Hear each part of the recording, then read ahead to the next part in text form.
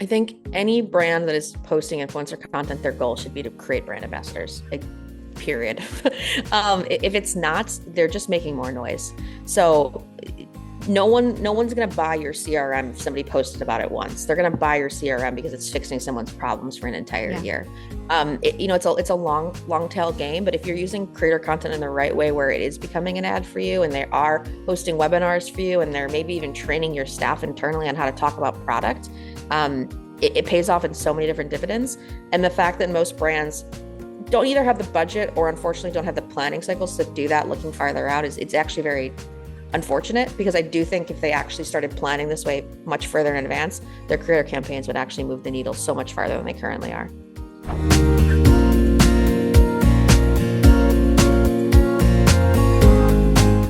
So, hi guys, this is Eamon, and welcome back to another episode of Beyond the Feed by Social Champ. And today we have Tara Knight with us, who is the COO of Creator Match. And we have a very interesting topic to talk about, that is, why do creator campaigns fail in the first place?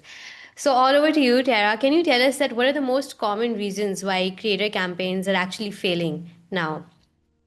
Hi, yes, thanks for having me. Most people think it's because of the creators, but usually creator campaigns are failing because the briefs aren't good enough, or their brands are specifically asking creators to create content that's not in their niche.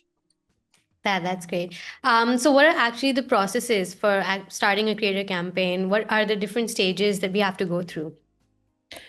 There's a lot of them. I think number one is getting everyone on the same page. So figuring out what you're talking about, who you're talking to, what does your ideal creator look like? Then we're sourcing, we're doing outreach, contract negotiations, and then the longest phase is usually drafting. So brand review, reading contracts, etc. And then it doesn't stop there. You have to get the content live and then engage with it, and then possibly boosting it as well at the end. So, what role does Creator Match have in all of this? How do you actually help people create a successful creator campaign? Yeah, so Creator Match is an end-to-end agency. So we start all the way at the beginning. And a lot of our brands were actually planning out campaigns, months, if not almost a year in advance. And we handle every touch point that I just mentioned. That's nice. So, how do actually brands decide the budget for creator campaigns, and what are the best platforms, to choose your creators for and actually run a campaign? Does it depend on the type of campaign that you have? It definitely depends on the campaign. So we work primarily with B2B brands. So it really depends on where your audience is where your best platform is going to be. For B2B specifically, generally speaking, that's going to be LinkedIn, Instagram, maybe TikTok. And then for budget, you're definitely looking at what your end goal is. For B2B, you're going to need to spend a bit more money than you would upfront than you would pay if you were going to do a B2C campaign, because the quality and of the caliber of creator you're working with is going to be more expensive, but that content lasts a lot longer. So, do you think that the niche of a creator actually is very important when it comes to B2B campaigns, or can you just have any creator? And what are the metrics that you actually have to look at? Like, do you look at the follower count? Do you look at the engagement? What do you look at? Um, it is important, but it depends on the type of campaign you're in. So if you're just in a pure reach campaign, your niche does matter. But I like to tell creators you should have a niche and so niche down and then talk about something else. Something else lately is AI. As long as you're talking about AI tied to what you're talking about, odds are you're going to be fine in getting into campaigns. If the goal is a little bit lower conversion, you're planning on running ads, it doesn't really actually matter what niche they start in as long as you're making good content and they understand your product. So I would say it's a lot more about product fit and where you're going. Um, I don't actually think right now follower count matters. A lot of these platforms algorithms have completely changed where, Yeah. especially on LinkedIn, you could have a million followers and you're only getting a thousand views. So it matters a lot more about, what credibility do you have? How good is your content? And I'd say more than anything, do you actually like the product you're talking about? We've worked with creators with millions of followers and the content just didn't land. And then we've worked with creators that just started and it's some of the best content you could turn into ads. So I'd say it matters a lot more about what you're talking about and how you're talking about it than actually right now who you're talking to. Yeah, so just like you said, that follower count does not matter anymore in 2026. So, do you think that this has actually led to the rise of nano-influencers online? And you see a lot of nano-influencers online who have less than 10,000 followers, but you'll see them, endorsing different products. So, do you see that trend also? Definitely. I would say 50% of our campaigns are filled with nano influencers right now. So anyone, nano can be defined in different ways, but I'd say anyone from like 5 to 25,000 followers, especially on LinkedIn. For us, I would rather you have a smaller audience of people that are highly engaged and highly targeted than a very broad audience of people that may have followed you because, you put a really Yeah. cool quote out there one day that didn't make a ton of sense. That's true. So a lot of people, a lot of organizations, they think that you need to have at least 50 or maybe 50 plus influencers to actually create a viral creator campaign. So do you also think that what should actually the number of creators be in a particular campaign? It really depends. We've had viral campaigns that have had 50 plus creators, but I've also seen viral campaigns that have had five. Um, the content has to be good. Generally speaking, it could go viral as long as you've got some paid media spend behind it. So I would say it has a lot more to do with what the campaign is about. And then most of the time, a viral campaign is only going viral when the brands actually let the creators create in their own sense. Yeah. So not forcing them into a brief. That's right. So you also talked about content right now. So what type of content do you think is actually trending right now in when it comes to creator campaigns specifically? Oh, I'll give you format and style. It's video. I know the video feeds, especially on LinkedIn, are not working as well from an organic standpoint, but most brands are looking for video for ads, and they're looking for video because it gives more credibility because you can explain more in it. And from that, style wise, it's a lot more personal content. So it's putting a product into your daily life. It's taking a use case and explaining it. It's a lot less about this, like, here's the product, this is what it does, and a lot more like integrating it into storytelling. Yeah, so just like you said about storytelling right now. So do you think that storytelling is the one of the most popular forms of creator campaigns? Because I've seen people who have actually made just tutorial videos, and then I've seen storytelling content where people are explaining how they're using that product in their daily life. So do you think that is trending more as compared to just normal video content? Yeah, I think there's a place for both, but right now the storytelling is what's working. We had campaigns where someone applied a product to planning their wedding and it outperformed a video of them. All they did was talk about a product. So I think it's about being relatable and actually like tying back to someone's personal life, whether it's a B2B product or not.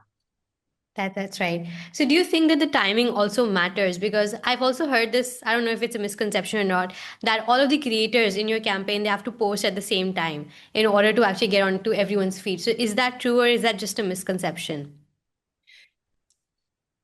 I think good content's good content. I do think timing as far as like if you post at the same time every day, like yes, there's something to that. Algorithms definitely work. I also just think your audiences are kind of prone to following and engaging when they know they're expecting you to post at 10 a.m. Eastern. As far as posting at the same time for every campaign, we actually don't do that for the most part. We want them to spread it out a bit. The only exception is if we have like an embargoed campaign, it's like a massive announcement, they want it all to go live at the same time. But I'm a firm believer that good content's good content, and usually it's going to find its way through the algorithm. That's true. I agree with that. So when do you actually think that brands should run campaigns? Is it a particular season? Is it a particular time? Or they need to have basically a particular problem statement in order to run a campaign, or they can do it at any time of the year? We love evergreen campaigns. And I actually think the best time to run a campaign is about 5 or 6 months before you actually need to run one. Especially with influencer marketing, it's one thing to just get your product in front of them once, but when you really want a message to resonate, they need to know who you are already. So we actually tell most of our brands to run both evergreen and splash campaigns. So evergreen, pick brand ambassadors, post all year round, and then also make a splash, so like Notion Faces type campaign. So you talked about brand ambassadors right now. So do you think that brand ambassadors are actually important, or we can actually have different type of creators in different campaigns as well for one I think particular I brand? think you need both. You definitely need both. I think the goal for content creators should always be to get to evergreen and to be getting to brand ambassadors. But that doesn't mean you won't have a variety. You won't be working with multiples. But the biggest thing is most brands use influencer content for reach and not for credibility. And they Yeah. need to be using it for credibility. And the only way to do that is actually to trust the people that are talking. That's true. So have you seen any type of underperforming campaigns online, and what do you have to say about that? How do you actually differentiate between an underperforming creator campaign and a good performing one? Yeah. I think I've said it a few times, but always say it a few more. We're talking to brands. The underperforming campaigns are always the campaigns where you force a narrative on a creator or you've asked them to post a very specific asset. It's anytime you tell a creator to make content that's not in their style or in what's actually working Yeah. for them. So the best performing campaigns are always the ones that layer into what they're already making. So whenever like I'm reviewing campaign performance postmortem, I can always tell how strict the briefs are based on how well the campaign did. And even when I'm watching campaigns that we don't run, when I see them in the wild, I can always tell the ones that flopped is because of this. So do you think that creators should have the leverage to make their own scripts, or do you actually think that businesses should provide those scripts? I do not think the businesses should provide scripts. I think it's okay to provide talking points. I think it's okay Yeah. to have, certain things you want them to say, but you should be letting them script 98% of their video content. That's right. So, what misunderstanding do you think that brands have when it comes to creator campaigns, influencer campaigns specifically? Brands are generally speaking thinking they're buying ads, and that's not what they're doing. Sponsored content and ads are completely different. So a lot of times they'll want to tweak things, they'll want to change things, they'll want to force narrative. And that's not what you're buying. And the minute you try to buy that, it's the relationship's not going to go well. The creator follower relationship's not going to go well. It just falls flat. So I would say the biggest thing that if I could educate brands on is if you're going to work with creators, you have to understand that your brand is entering their content and not the Yeah. other way around. That's true. So since we're talking a lot about creators and brand ambassadors, so there's this trend that is going on from last year that employees are creators and they're also the brand ambassadors of any brand. So do you also believe that? And do you think that can actually save on the budget of brands? Hiring different creators, and it actually leads to more authentic content? Yeah, we love employee generated content at Creator Match. That's how we get most of our leads, and that's how we hire most of our staff. Of our almost 30, full-time and part-time employees, I would say half of them, a third of them, post content. And we encourage all of our brands to do so as well. I don't think employee generated content replaces influencer content. I think it aligns with it. So I actually did a campaign with Fiverr not that long ago, and part of it was teaching their staff what to post, how to post, and show up online. So I think we're going to see a lot more brands actually putting resources into actually teaching their team how to post and create personal brands. I don't think that's going anywhere. If anything, I think it's going to double down this year. That's amazing. So you talked about personal brands as well. So do you have any advice for all of those brands and their employees of how they can actually start their personal brand? Because I see a lot of people are still resistant, especially the employees. They don't want to post online. So what advice do you have for them? Yeah, I think the biggest thing is just do it. I think a lot of people are afraid to post. I think they're Yeah. afraid to show up. I think most people think that they don't know enough. And I will tell you right now, the only difference between you and someone speaking on stage on the same topic as you is they started talking about it out loud. And I also think the biggest thing is they think they don't know what to talk about. So what I always recommend people is every call that you're on like this, write down any questions that came out of it. What did somebody ask you? That's a Yeah. piece of content. So it's the big thing is it's less creating content and more documenting what you're doing from a personal perspective. So like for me, you'll see a lot of my content is about the lived experiences or problems I faced, because good personal brands are solving problems for other people. And let's face it, we've all got plenty of problems. Yeah, that's true. So how can you actually tell about your story at Creator Match? How did you actually get over here, and how did your interest actually build in creator campaigns, influencer campaigns specifically? Yeah. So pre Creator Match, I had my own business. Before that, I used to run an ad agency, and I was running it in the middle of when Meta's privacy issues happened, and all of a sudden, Meta ads were pretty much dying overnight. And that was my whole background. I've managed $200 million in ad spend, and in the middle of it, I was kind of figuring out like, okay, what's next? I'm like, this brands are going to keep paying for Meta ads, but they're not Yeah. going to pay for it at scale like they were. So naturally I had to figure out some vertical that would work. And I started to see that there was a lot of content creators on LinkedIn posting. And I quickly realized that B2B content creators on LinkedIn were posting. So I started pitching deals between brands and content creators. And the rest of that was history. I launched my own company. I was doing ops for creators, and I actually met AJ through that, the CEO of Creator Match.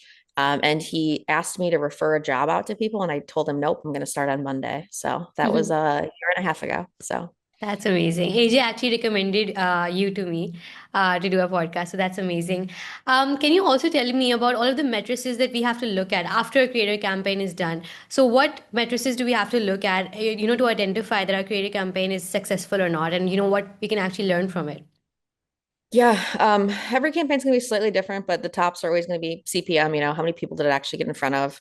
When it's available, I like to know how much of that is unique versus repeat people. I don't actually Yeah. think it's a bad thing for someone to see something twice. I think that's a good thing.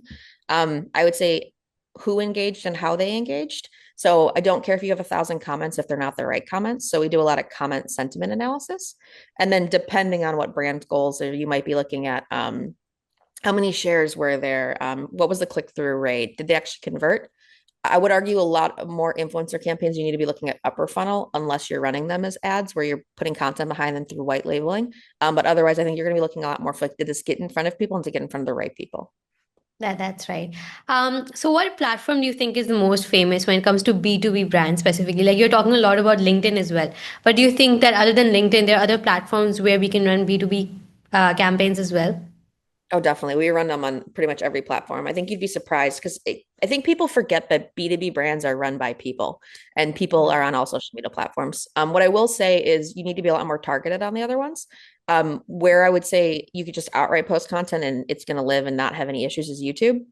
I think you're going to see more and more and more YouTube long form. We're doubling down on it at Career Match and all the brands we are working with are as well. But I would say LinkedIn, YouTube for sure. And then Instagram, TikTok is more about layering a narrative. So you want to get in front of a CEO on LinkedIn and then also off of LinkedIn. So do you think that long-term partnership is also important for brands, with different brand ambassadors or with different creators as well? Because oftentimes we do a creator campaign and then we forget about the creator after, the campaign is finished. So do you think a long-term partnership is very important? I think any brand that is posting influencer content, their goal should be to create brand ambassadors. Like, period. If it's not, they're just making more noise. So no one's going to buy your CRM if somebody posted about it once. They're going to buy your CRM because it's fixing someone's problems for an entire Yeah. year. It's a long tail game, but if you're using creator content in the right way where it is becoming an ad for you and they are hosting webinars for you and they're maybe even training your staff internally on how to talk about product, it pays off in so many different dividends. And the fact that most brands don't either have the budget or unfortunately don't have the planning cycles to do that looking farther out is it's actually very unfortunate because I do think if they actually started planning this way much further in advance, their creator campaigns would actually move the needle so much farther than they currently are. That's right. So how do you actually identify the right creators for any B2B brand or for any campaign? Yeah, so we have pretty extensive sourcing. We have lists and lists and lists of creators that have reached out to us they want to work with, and then we also have creators we've worked with in the past. What we're generally looking for is the format right? So is it video, carousel? What are they looking for? Who is their audience? And I think the biggest thing is, are they already a product user, or do they have a problem in their lives that we think this product will solve, so they're willing to test it? That's the biggest thing. We don't work with creators to amplify announcements. We work with creators to tell stories about a product. So, for example, I work with a company called Whisperflow. And Whisperflow, if you've never used it before, is AI dictation. You can talk to it, and it'll actually rewrite everything for you. It's so powerful. We've never worked with a creator that has started testing and it didn't tell us it's changed their life. So, like, we're looking for people like that for every brand we work with. It's like, how can we actually find people that are actual ambassadors for these products? Usually we look for that in their content already. So ideally they're already posting about the products. Otherwise, we look for them complaining about things that we know the products are going to solve, and then we'll try to source them that way. So how do you filter out all of those type of creators which are actually using AI, because AI is now being used abundantly, and there are a lot of people online, they're using AI, they have AI bots, and somehow they're able to also get engagement, likes, comment, followers. So how do you guys filter out such creators and Yeah. get only the authentic ones? Yeah, so I want creators to use AI, but I want creators to use AI to improve their content, not to replace people. So I use AI in all of my content. I have a Claude bot that I've trained. It writes all of my content drafts for me. It's learned my voice. It's learned the things that my audience needs. I will never not use it as long as it's available to me. I do not want creators using AI to replace their voice, number one. And we do not want creators using bots or pods to boost their performance metrics.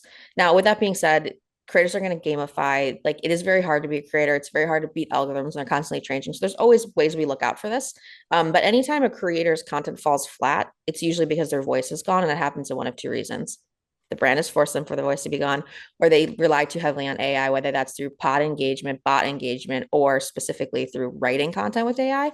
And we filter them out very quickly. Like, their performance is not going to be there. It's going to fall flat. So we're constantly looking for this. And I will say, at the end of the day, even if you are using AI, it's very clear when your story has come through. So you either Yeah. edited or your AI is good. If your story is not there, your content's not going to be there. So I again, I don't actually care if they use AI as long as they're using it to create good content. So you also talked about like, brands should not, force their content on any creator, and creators should have their own story, just like you said right now. But a lot of brands have restrictions, on the type of words that they're using. So how do you actually communicate that to creators and make sure at the same time that they don't lose their voice?